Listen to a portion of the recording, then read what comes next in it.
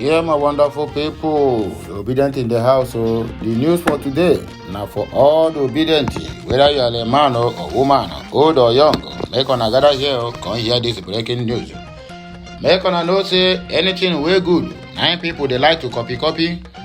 As we talk to you now, people, even some political parties where our neighboring countries, where be Africa, they don't copy the style of Labour Party presidential candidate where his name be Honorable Dr. Lingori Peter Obi. Make una hear this breaking news. I will be right back with the whole news for this early Tuesday morning.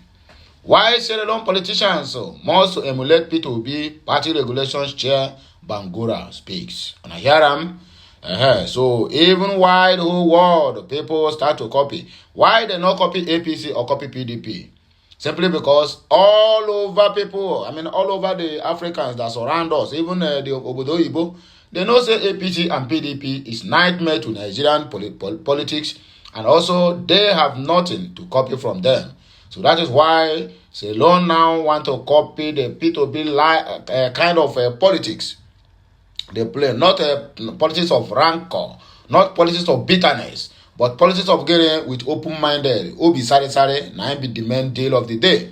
Not politics of do or die. If I must win this election, otherwise it's in matter. 2015, our past administration, where in name be Boo Boo, said baboons and dogs will soak in blood. That means he's talking about our people if they refuse to give him the presidency. You understand me? And that is why Goodluck said, even if he know that they rig him out, but his victory does not want the blood of a single Nigerian, and have to give up the seat for them. And that is exactly why people out there are copying the lifestyle and the kind of politics P2B play, not a politics of rancor. So anyway, where you dey, if you are an obedient, my dear, just shout out. Shout out at the comment section so that I will notify you and also give you your own gift. So make una do what? Make una gather here as we proceed with the news of this morning. I beg, don't forget to subscribe, like, and also share, comment. It's also very, very necessary and very, very important. But let us proceed to the reason why we are here this morning. The chairman of the Political Parties Regulations Commission in Sierra Leone, Abdullahi Bangura, has urged politicians in the country to conduct themselves peacefully by taking a cue from Nigeria's Labour Party presidential candidate, Peter Obi. Bangura, while addressing the Electoral Commission of Sierra Leone, the Office of the National Security and the PPRC in Freetown Sunday afternoon, spoke of the essence of peaceful conduct among politicians as the election results are being awaited. Speaking about the essence of peaceful conduct, Bangura urged Sierra Leone politicians to learn from Obi and conduct themselves peacefully, irrespective of the result being announced. You can as well challenge it at the court of law. Well, I know, and I could totally agree with you to copy this kind of P2B result. Kind of politics he play, but not for them to accept this charade of result or what do they call it, or election being handled in Nigeria.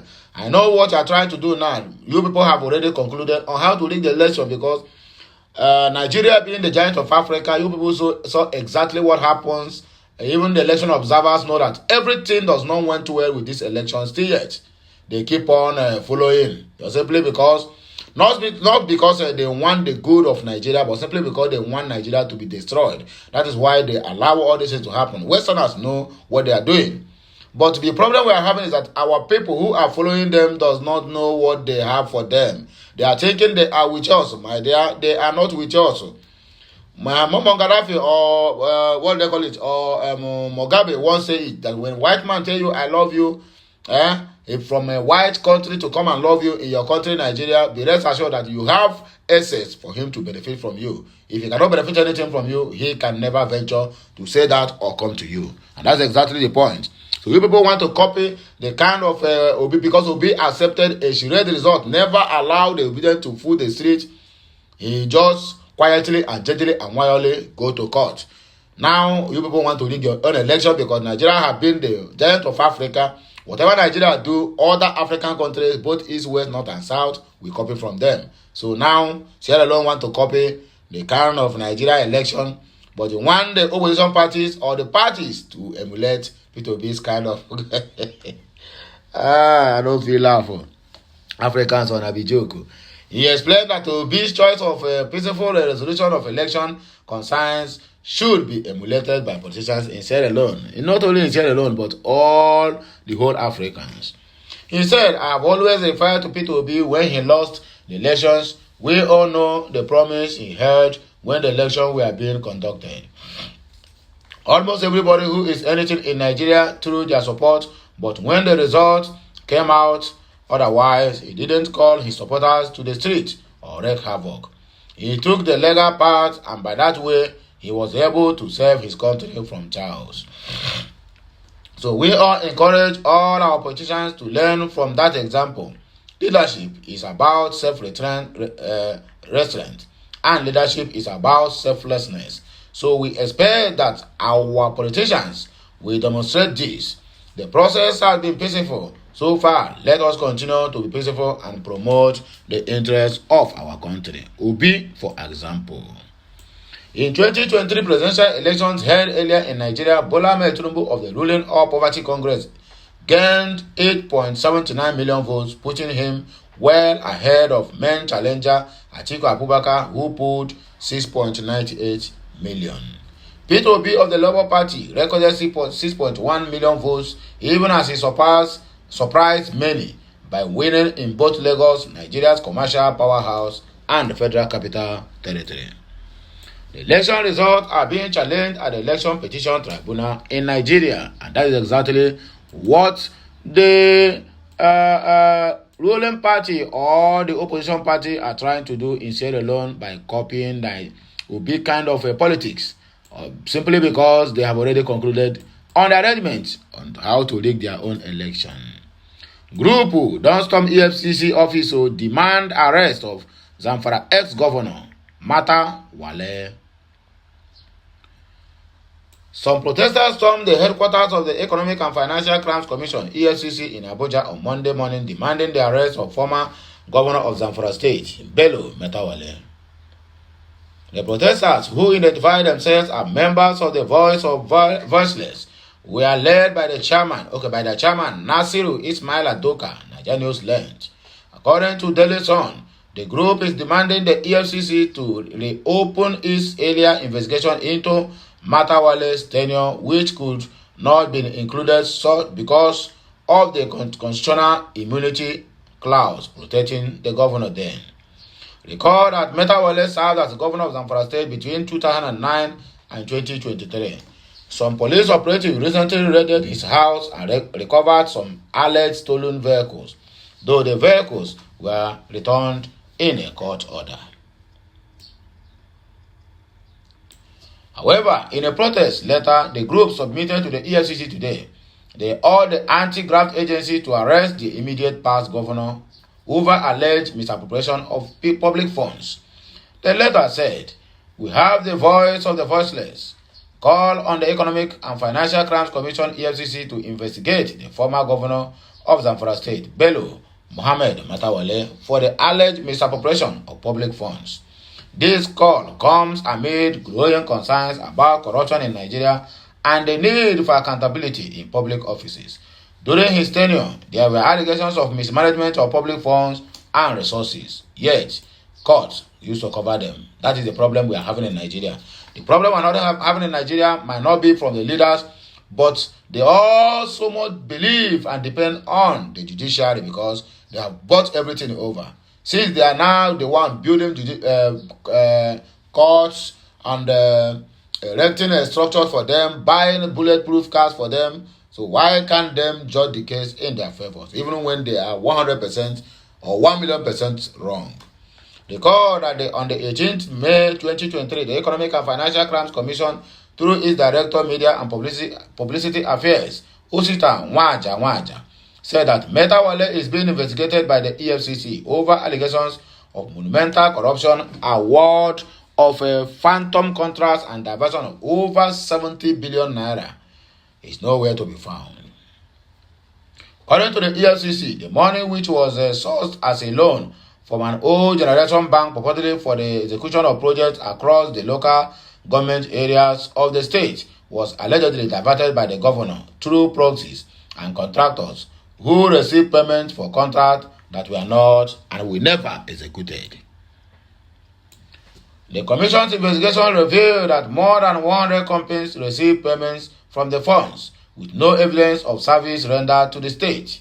Some of the contractors who have been invited and quizzed by the commissions made certain revelations on how they were allegedly compelled by the governor to return the funds received from the state coffers back to him through his heirs after converting the same to United States dollars. Hey, wahala. They confirmed that they did not render any services to Zamfara State, but were allegedly directed to convert the monies paid to them into United States dollars and return to the governor through some of his commissioners, notably the commissioner in charge of finance and local government affairs. Yet, a court is siding this particular person. Yet, court is covering these heinous crimes against humanity. And you tell me that all these people that are working in the court, their generation, both born and unborn, will see anything good? Never, I doubt that. The call for investigation into the alleged mismanagement of public funds by Bello Mohammed Metawale has been growing in recent weeks. The people of Zamfara State have expressed their concern over the lack of development in the state and the need for accountability in public offices. For complete good 4 years, only 4 years, this man thieved over 70 billion naira. How much is being left in the account of that very particular state? Complete 4 good years. This man rubbished Zamfara State. He stayed with enough gold and silver and diamonds. The Zamfara State that you people are, today, it has been the den controlled by bandits, Boko Harams, and Ishwals. Yet, the governor of that very particular state is being probed of over 70 billion naira that he cannot account for. The court is siding him. Maybe probably 10 billion naira have already gone to the court. Yes, that's how they do. You charge them to court, they will use the same money you are probing them to be hiring the best lawyer and buy all the whole judges. A judge with a salary of 1 million plus or maybe 100 and something thousand naira. They give you 10 billion naira. You cannot even get, even if you work 100 years as a retirement benefit. Why can't you judge in their favor? We order the EFCC to investigate the matter and bring those responsible for the mismanagement of public funds to justice. This one is only for the gods. Nothing is going to happen. That case is being closed and it's closed forever. This will serve as a deterrent to others who may be considering engaging in corrupt practices in public offices. The mismanagement of public funds has far-reaching effects on the people and the state as a whole. It leads to lack of development, loss of revenue, and decrease in the quality of life for the people of that very particular stage. We now cook, wash our Oga's clothes. Female Nigerian Immigration Service personnel in Ekiti Command raises alarm over abuse. That is what we are having. We now have officers. Officers we no go fee higher. Even government is giving them allowances for all the what they call domestic staff, but they will eat all the whole money. Then they will carry the female workers, personnel to their houses to do the house chores for them, instead of them being in the front line to do the work which they train and they went to school for. Nigerians on our way down. Some female personnel of the Nigerian Immigration Service in the Ekiti State Command have revealed how they have been turned into domestic workers at the residence of their bosses, simply because of SAC. Nigerians gathered that some of these personnel have come out to complain about how they have been turned into domestic workers by top officials of the command. Even after complaining all this, nothing will still happen. They're not going to do them anything. Instead, they will pursue this girl, or they will even sanction her. According to them, They now cook, clean, and wash for their bosses when that are supposed to be on guard duties guiding the country. They claim that the act has been in existence for long, and even in the time of the last controller, it existed, but nothing was done about it. You see, one of their great female personnel told Sahara reporter that they have equally been paid their allowances for 2023 general elections. They have not been paid. She said the election duty allowances, it was just a few people that were in all the states. Most of us female officials were asked to write our details down, and it has been sent to the headquarters since, but we have not had anything. So definitely they aren't ready to pay the rest.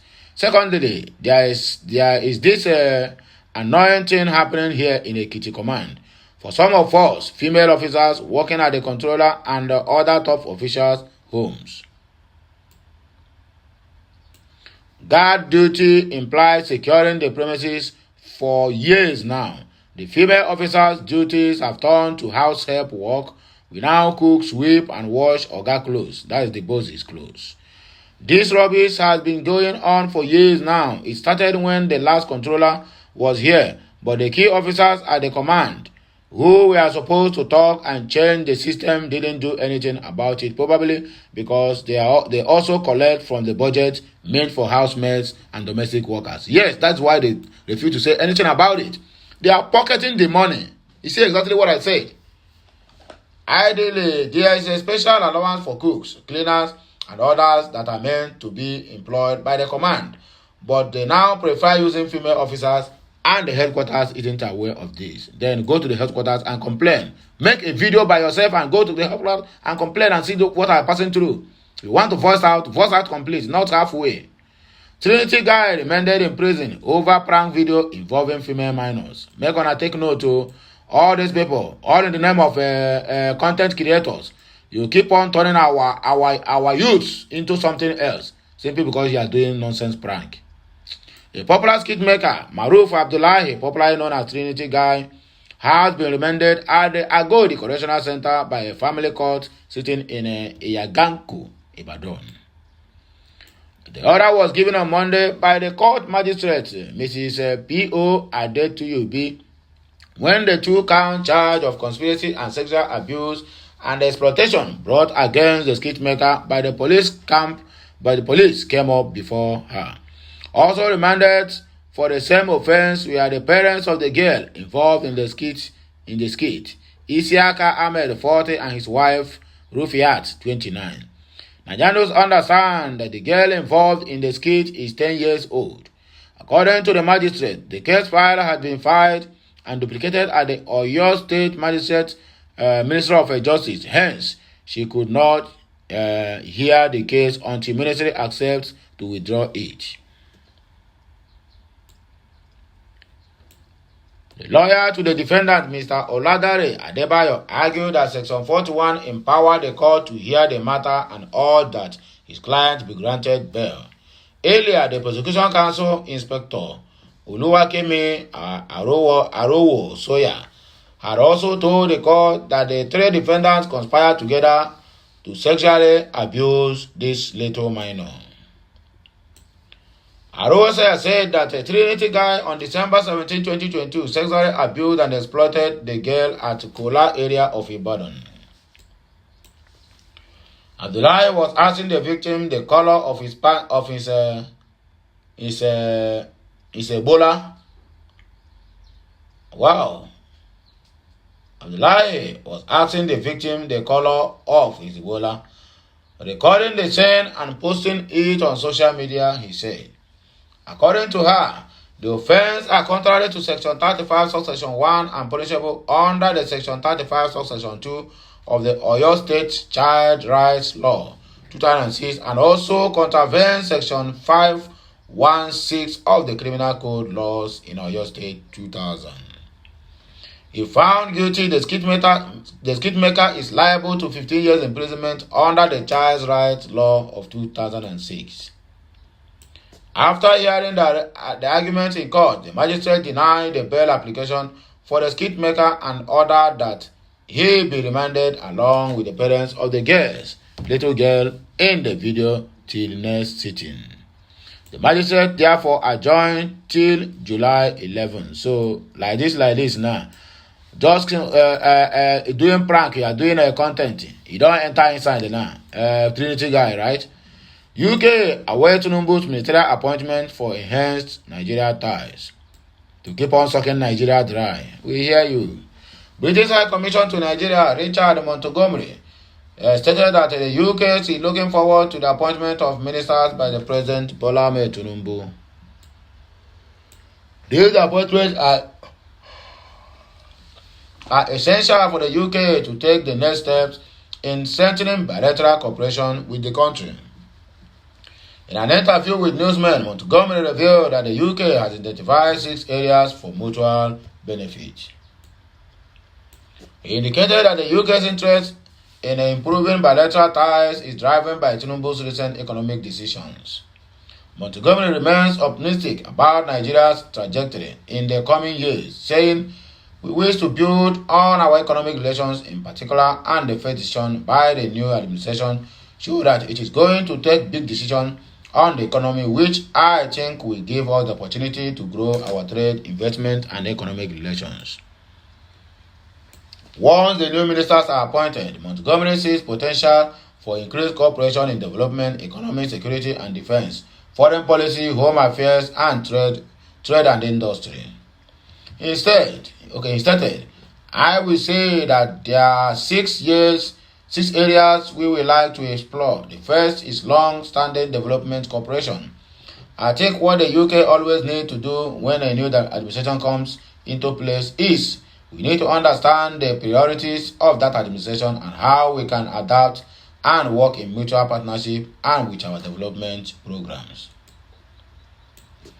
The second is the economic area. We already have a good economic dialogue, but we would like to take the next step and develop a form of more enhanced trade and partnership, something I'm quite keen to discuss with the new Minister of Trade and Industry. Excuse me.